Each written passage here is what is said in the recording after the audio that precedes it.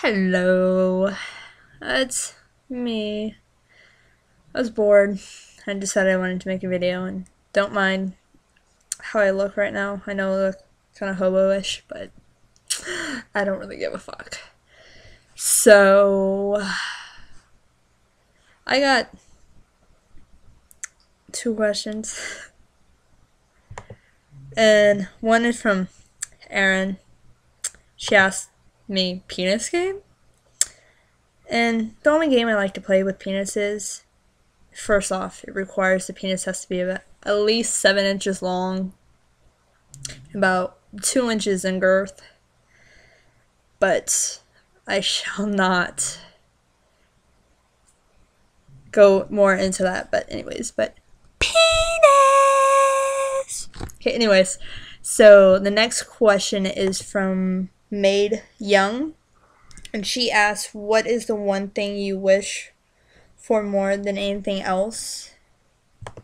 And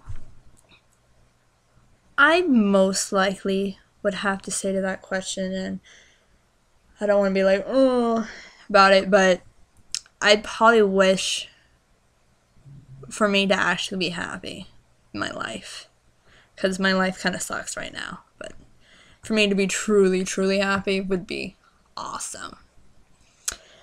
And so now I'm going to read Mel a story because I know how much she loves it. And I'm going to read you a story called Why Raven Stays for the Winter, an Alaskan Folk Tale. It's for 4th graders, so it shouldn't be that hard, but knowing me, I most likely will fuck it up. So, let's do this. Okay.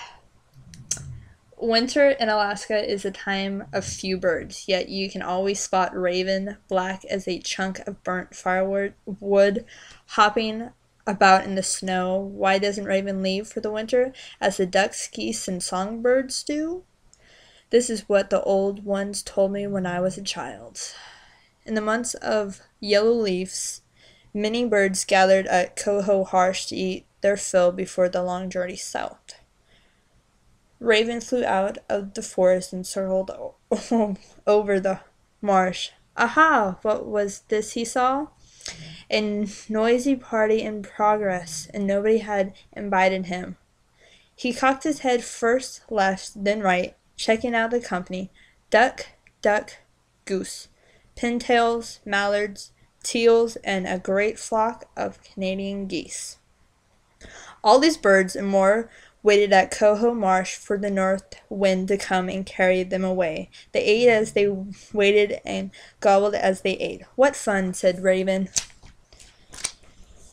He tucked in his wings and tumbled down to a clump of marsh grass nearby. Pintail fed on underwater roots. What's up, Pintail? Croaked Raven. What was up with Pintail's tail? Straight up in the air, but her head was down in the water. She couldn't hear a word Raven said, so of course she didn't answer. Well, if that's how you feel, said Raven. He shrugged his wings and took 4 hops to the side. Teal, he croaked, what's new? What was new with Teal's feathered parka, all snazzy red and green? He was so busy admiring himself in the water that he didn't bother to answer.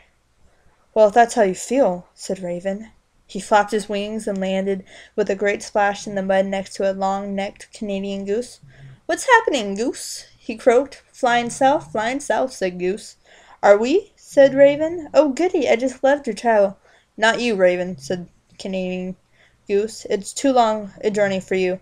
Ha! Answered Raven. I'm twice the flyer you are. If you're flying south, I'm flying south.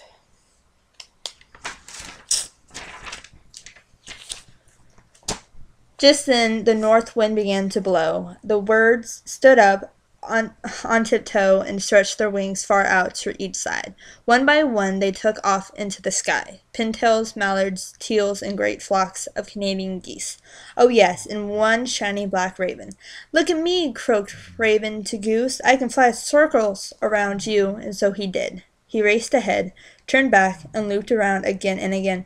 "Slow down," said Goose. "We have a long way to go." "Slow down," said Raven. "Not me. Why, I'm only just beginning." He turned somersaults in the air. "Can you do this, Goose?" he taunted. Goose didn't answer. She flapped her wings steadily up and down and saved her breath for flying. Raven flew halfway to the sun, then dived dived like a spear toward the ground. "How about this, Goose?" Still Goose didn't answer. She flapped her wings and flew on. "Don't you know how to have fun?" said Raven as he did a perfect roll from front to back right side up again. But Goose just kept flying steadily south all day long. In the month of yellow leaves, the days are already short. As the sun went to bed and the moon awoke, Raven flew up beside Goose. He gasped for air between words. "Isn't it time to rest?" he asked. "Rest," said Goose. "Go fly some circles, Raven. Dive to earth, roll on your back." Raven huffed and puffed. "But it's night. Only owls fly at night." "There's a fine moon to light our way," said Goose, "and excuse me, but it's my turn to lead."